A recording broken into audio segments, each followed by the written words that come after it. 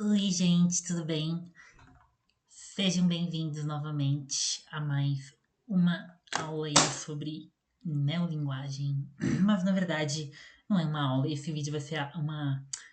É uma aula, né? Só que o valor da aula não é um número inteiro dessa vez.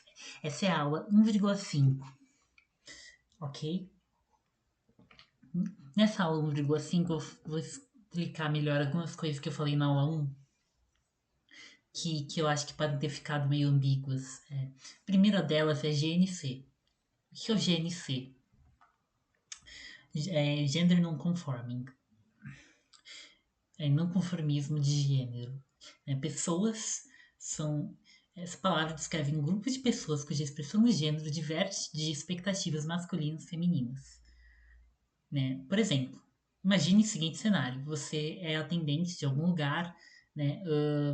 Você você ou é, sei lá, sua casa, você está recebendo alguém que você não conhece, você está recebendo uma pessoa que você está vendo pela primeira vez. Daí essa pessoa chega e daí você fala para ela bem-vinda, né? Porque você vê, você olhou para ela e você sentiu que, ela é uma mulher, você sentiu isso e você falou bem-vinda. Ou você só nem pensou nisso e falou bem-vinda sem nem pensar, porque meio que você culturalmente aprendeu que todas as pessoas necessariamente vão estar dentro de uma das duas caixas que envolvem as expectativas masculinas barra femininas de gênero. Mas o que acontece é que essa pessoa, na verdade, pode não usar esse elemento que você falou, porque você provavelmente poderia ter falado bem-vindo também. Por que bem-vinda? Por que esse A no final que você colocou? Essa pessoa poderia, por exemplo, usar a flexão O, né? Daí você deveria tecnicamente ter falado bem-vindo para você falar com ela, porque ela se identifica apenas com a flexão O. Né? Essa pessoa pode ser, por exemplo, um homem trans que está antes da sua transição, né, da sua transição física, e por conta disso não é, entre aspas, passável, né, passabilidade, né, passável como homem. Eu não gosto muito dessa palavra porque dá para dar a entender que existe então um modelo ideal de ser homem, existe uma como é que se diz? Uma aparência ideal de ser homem, mas na verdade não existe, né? Essa pessoa pode simplesmente também ser um homem cis que você confundiu com uma mulher, sei lá.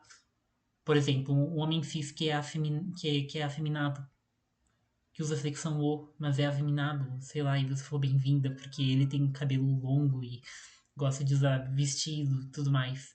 Esse é outro tipo de pessoa GNC. Então, especialmente pessoas GNC são afetadas por sistemas binários de linguagem, ou sistemas binários de linguagem, pela sociedade como um todo, né? São marginalizadas. Então, pessoas GNC não precisam ser apenas pessoas trans, né?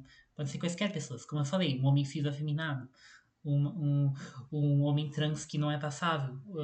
Pode ser também, você pode reverter esse lado da moeda, né? Então, pode ser também pode ser uma homem que usa flexão de A, por exemplo, é uma homem que é uma homem cis, só que usa flexão A, por exemplo. Então, nesse caso aqui acertou, né? Se fosse. Mas, sei lá, você falaria bem-vindo, daí pensa em outro cenário, só que na verdade é uma homem que usa flexão A, daí você denominou essa homem.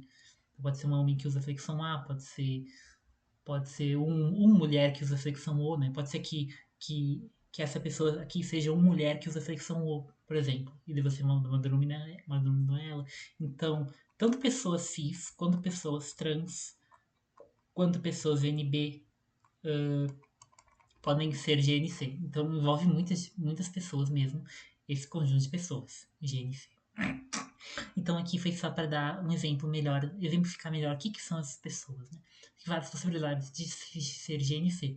Então é muito importante ter em mente que o tratamento pessoal não é, não é necessariamente fixo em relação a um gênero. Tipo, não, por exemplo, todas as mulheres agora vão usar ela porque é o pronome de mulher, por exemplo, é o tratamento de mulher, ou versão de homem. Todos os homens vão usar o ele ou porque esse é o tratamento de homem.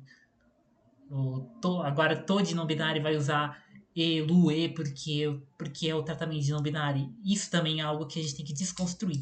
Então eu vou até puxar aqui um slide para eu escrever aqui. É algo que a gente tem que desconstruir.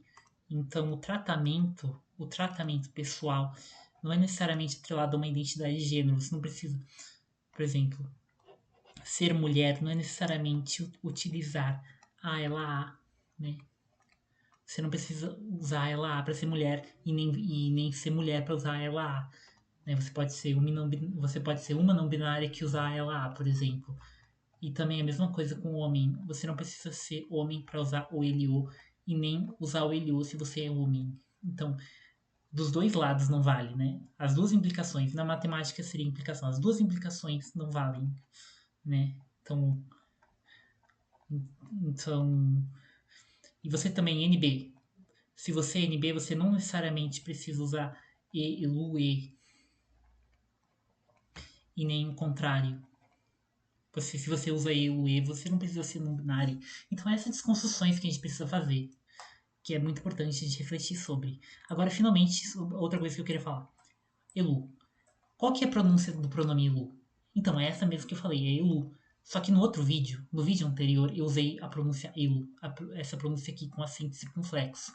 Então, na verdade, se não tiver acento, por essa regra gramatical que eu escrevi aqui, né, palavras terminadas em uns, são acentuadas se forem paroxítonas, se não são oxítonas. Então, elu é oxítona. Né? Mas assim, o que acontece é que elu acaba tendo três pronúncias que divergem, sendo escritos da mesma forma. Pode ser elu, né, com acento circunflexo ali, elu ou elu, que é o tradicional, que de acordo com a gramática do português é o adequado. E daí o que acontece? Muita gente usa essa pronúncia, elu, sem utilizar o sinal gráfico de acento. Sem utilizar o sinal gráfico de acento, usa essa pronúncia. Só que muita gente também não usa essa pronúncia, usa elu. E daí não vai acentuar, né? Por quê? Porque tem essa regra gramatical. Então, para que acentuar se tem a regra? Então, você não tem como saber. Então, o que acontece? Daí, o que eu sugiro, então? Você não pode sair falando elo ou elu se você não sabe qual é a pronúncia que a pessoa usa. Nem elo também. Você não sabe exatamente qual é a pronúncia que a pessoa usa. Então, o que eu recomendo é para cada pessoa você prestar atenção como que ela pronuncia o pronome. Quando você vai se apresentar, daí você fala assim, eu uso, né? Primeiro você fala, eu uso tal conjunto de linguagem, né? Você vai falar o seu conjuntinho de linguagem para a pessoa e você pergunta, e você? E você? Daí a pessoa vai responder, eu uso elo, e. Só que ela falou, foi falado, ela não escreveu isso. Ela falou assim, imagine um balão de fala, eu uso esse tratamento. Daí você vai ouvir como que ela pronuncia a palavra edu. Provavelmente ela usa sem acento, só que ela fala elo. Daí ela vai falar elo. Daí você trata ela como elo mesmo. Mesmo sabendo que é sem acento, você sabe que essa pessoa prefere pronunciar elo. E também o contrário, sabe? O contrário também é verdadeiro. A pessoa pode usar elu e e daí você assume elo e daí tá errado. Ela não usa elo, ela usa elu. Daí ela vai falar, eu uso elu, e. E daí você vai usar essa pronúncia. É isso que eu recomendo. Tá? Mas assim, tecnicamente, se não tiver acento, a pronúncia é elu, por essa regra. Basicamente.